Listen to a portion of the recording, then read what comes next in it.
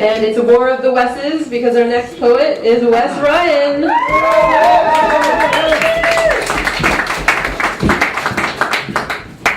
Okay, for next month we got to do a tea piece about Wesses, for sure.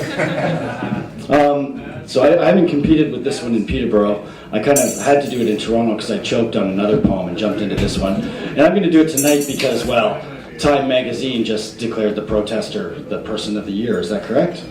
Is it? Yeah. Was it Time? Was it Time? Yeah. It's Time. So yeah. So this is for the protester. It's called Unclenched. There is a motion of resistance, consisting of non-violence, flowing like an ocean behind media silence, while the people flood the street in peaceful defiance, because fists are just blunt instruments. Once unclenched, they are a wedge holding doors ajar, a pledge of flesh to suggest we are more when bound by common ground than found to be adversaries over resources, territories, or the air we breathe. None of these belong to just you or just me. Ideally, they be regulated collectively, administered with respect toward the planet and all her inhabitants. Instead, for fear our fist might slip its grip, we enact legislation that segregates, adopt protectionist posture, then have the gall to call it free trade. And though we no longer actively engage in slavery, our economic policy and inexact science displays across the world stage through violence, while our leaders remain compliant. But the people, the sheep, we won't keep silent because fists are too tight a restriction. Once unclenched, they are bright light reflecting off the palm, hoping someone will respond before dawn arrests this Morse code request. It hums a rhythm, a prayer, a drum. It hums a rhythm, a prayer, a drum. Some words are the chosen ones, heard in universal tongues, learned while we're still young, before speech teaches us difference without reaching for tolerance, or conditioning takes our knowledge off to be renditioned.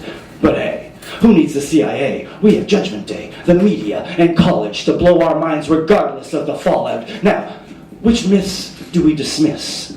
Which do we make literal? There's one word I trust, and that's love. The rest, they're all peripheral. Love because fists are false. Once unclenched, they make armies halt. They praise, they exalt, they raise children and harvest crops. They make shit so you and me can shop and get the things we think we want. And they communicate. Each finger a tooth.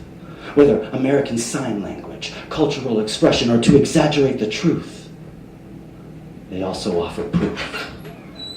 What I learn each time I touch my lover, reach for my friend, hold my sisters and brothers, is that the hand is much more diverse than the first weapon we discover.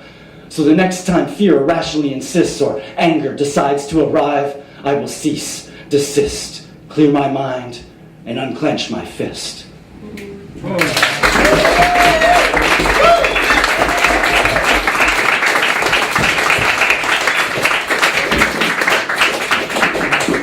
Wes Ryan, everybody!